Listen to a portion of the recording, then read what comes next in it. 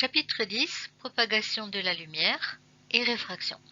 Nous allons nous intéresser dans cette partie numéro 1, à la propagation de la lumière, et c'est la première séquence. Donc, pour commencer, qu'est-ce que la lumière? Je vous invite à regarder cette vidéo, dont le lien sur YouTube sera mis sur le NT, et regardez-la très attentivement, elle est très précise, elle donne énormément d'informations sur la lumière. Une fois que la vidéo sera regardée, vous poursuivez cette diapositive en inscrivant ce qu'il faut retenir dans le cours. C'est parti. Bonjour à tous, aujourd'hui dans Science Click, la lumière. Dans tout l'univers s'étend un champ électromagnétique. Lorsque ce champ est perturbé, tout comme la surface d'un lac qui se déforme lorsqu'on y jette une pierre, une onde se propage dans le vide à partir de la perturbation. C'est une onde électromagnétique. L'émission d'une onde électromagnétique produit des sortes de vagues à intervalles réguliers. On appelle longueur d'onde la distance entre deux vagues. Plus la longueur d'onde est grande, plus les vagues sont étirées. Et plus la longueur d'onde est petite, plus les vagues sont rapprochées entre elles. Nos yeux sont capables de détecter les ondes électromagnétiques dont la longueur d'onde est comprise entre 400 et 800 nanomètres. Ce sont ces ondes-là que nos yeux peuvent capter, que l'on appelle lumière. En adoptant différentes longueurs d'onde, la lumière peut apparaître sous différentes couleurs. Plus la longueur d'onde est grande, plus la lumière va tendre vers le rouge. Et plus la longueur d'onde est petite, plus la lumière va tendre vers le violet. Entre le rouge et le violet, la lumière adopte successivement toutes les couleurs de l'arc-en-ciel. Orange, jaune, vert, bleu et indigo. C'est en mélangeant toutes ces couleurs que l'on obtient de la lumière blanche. Tous les objets émettent des ondes électromagnétiques. Les longueurs d'onde émises par un objet dépendent en partie de sa température. Plus un objet est chaud, plus les longueurs d'onde qu'il émet sont petites. Par exemple, un être vivant dont la température n'est pas très élevée émet des ondes électromagnétiques infrarouges, de grande longueur d'onde. Les infrarouges ne sont pas visibles pour l'œil humain, mais certaines caméras à vision nocturne les captent pour voir dans le noir. Maintenant, lorsqu'un objet est assez chaud, certaines des longueurs d'onde qu'il émet deviennent visibles. On peut alors voir cet objet chaud rayonner selon la couleur correspondante. C'est pour cela qu'en chauffant un objet, comme par exemple du métal, on le voit rouge puis jaune, et si l'objet est extrêmement chaud, comme certaines étoiles, il apparaît bleu. La lumière se comporte donc comme une onde. Mais on peut également la représenter dans certaines situations comme un flux de particules, des photons. Un objet qui émet de la lumière produit des photons. Tout comme l'onde électromagnétique, le photon a une certaine énergie qui correspond à l'inverse de sa longueur d'onde. Ainsi, plus un photon possède d'énergie, plus sa longueur d'onde est petite. De ce fait, les photons que l'on voit bleus, avec une petite longueur d'onde, possèdent plus d'énergie que ceux que l'on voit rouges. La couleur d'un photon dépend donc de son énergie. Les atomes, qui sont à la base de la matière, peuvent adopter différents niveaux d'énergie. Lorsqu'un photon arrive sur un atome, si son énergie permet à cet atome de monter à un niveau supérieur, l'atome va absorber le photon, et c'est l'énergie absorbée qui va lui permettre de changer de niveau. Ainsi, en fonction du type d'atome, certains photons sont absorbés et d'autres non, car leur énergie ne permet pas à l'atome de changer de niveau. C'est pour cela que la couleur d'un objet dépend des atomes dont il est fait. Par exemple, les atomes d'une carotte absorbent en majorité les photons bleus. La lumière blanche qui éclaire la carotte, qui est composée de toutes les couleurs, va se réfléchir. Mais la composante bleue de cette lumière va être absorbée, et ainsi notre œil va percevoir le mélange de toutes les couleurs, sauf le bleu, c'est-à-dire de l'orange. En plus d'absorber des photons, les atomes peuvent également se désexciter, c'est-à-dire descendre dans les niveaux d'énergie. En se désexcitant, l'atome perd une partie de son énergie, qui est transformée en un photon. La plupart des objets émettent de tels photons avec trop peu d'énergie pour qu'ils soient visibles. Mais si l'énergie est suffisante, ces photons émis deviennent visibles, et l'objet émet de la lumière. C'est comme cela qu'une flamme éclaire une pièce. Sa chaleur se transforme en lumière. Après avoir absorbé un premier photon, certains atomes ont la capacité d'émettre subitement un second photon avec assez d'énergie pour que ce second photon soit visible. Ces atomes produisent donc une lumière d'une certaine couleur en absorbant une autre couleur. C'est par exemple de cette façon que brillent les protéines fluorescentes de certaines méduses.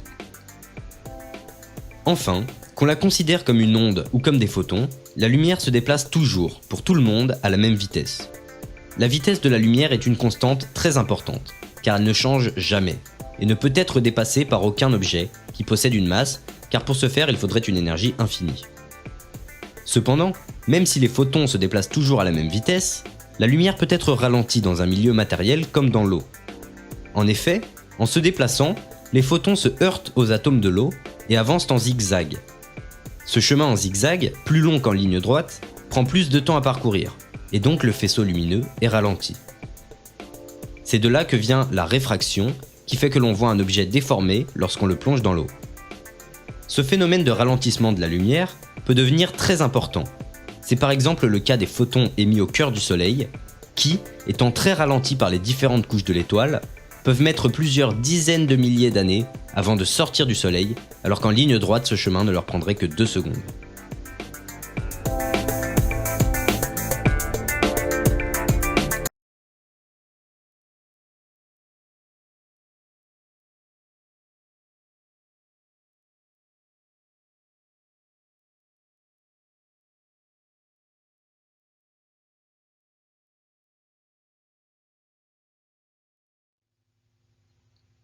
Qu'est-ce qu'on écrit dans le cahier? On va donc écrire la chose suivante, puisque là on n'a pas de poly, on va donc écrire le cours directement dans le cahier. Donc on recopie cette partie. Donc par la suite de ce chapitre, chaque fois qu'il y aura un crayon, il faudra recopier la partie correspondante dans le cours. On recopie donc, la lumière est une onde électromagnétique comme les infrarouges, les ultraviolets, les ondes radio. Elle peut aussi être modélisée comme une propagation de photons, les photons étant des petits grains de lumière ou des petits grains d'énergie qui n'ont pas de masse. Paragraphe. Propagation rectiligne de la lumière. Quand la lumière se propage dans un milieu comme l'air, on le voit ici avec les rayons laser, la lumière se propage en ligne droite. Mais il peut arriver que dans certains milieux, la propagation n'est plus rectiligne mais curviligne. Comment cela est-il possible? Sur la vidéo qui est là, on voit une étudiante qui a réalisé une expérience qu'on voit ici.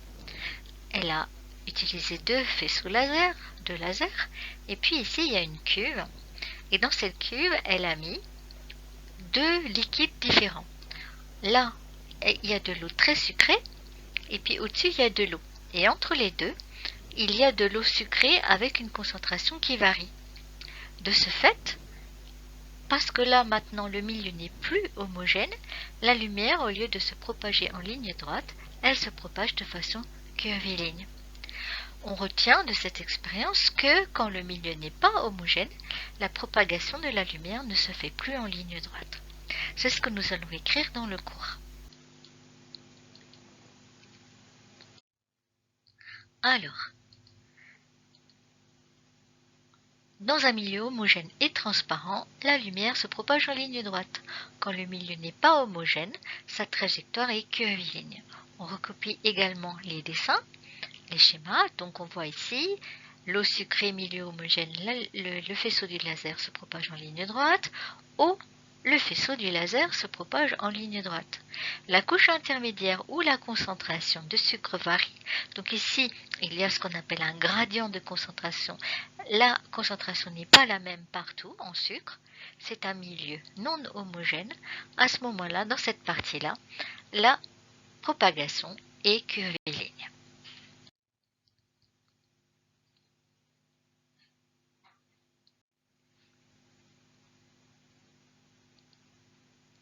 Petite 3 vitesses de la lumière. Comme on l'a dit dans la vidéo, la vitesse de la lumière est une constante universelle. C'est la même dans tout l'univers. C'est une valeur qui n'évolue pas. Toujours, elle vaut 299 792 458 mètres par seconde. C'est la plus grande vitesse possible. Rien ne va plus vite que la lumière dans le vide. Pour désigner cette grandeur, cette constante, on note petit c. Petit c, ça vient de célérité, qui veut dire aussi vitesse. C'est le même petit c qu'on retrouve dans E égale mc2, la fameuse relation d'Einstein. Pour simplifier, nous, on va retenir que c égale 3,00 fois 10 puissance 8 mètres par seconde, ou bien 300 000 km par seconde. On recopie ça dans le cahier. Je vous laisse mettre sur pause pour recopier. Pour terminer, on va comparer la vitesse de la lumière à d'autres vitesses connues dans notre monde. Et donc pour ça, on va faire l'activité de page 223. J'ai mis un exemplaire en PDF sur l'ENT pour que ceux qui n'ont pas le livre puissent la faire. Je vous laisse faire l'activité. Le corrigé sera présenté dans la prochaine vidéo. Bon courage!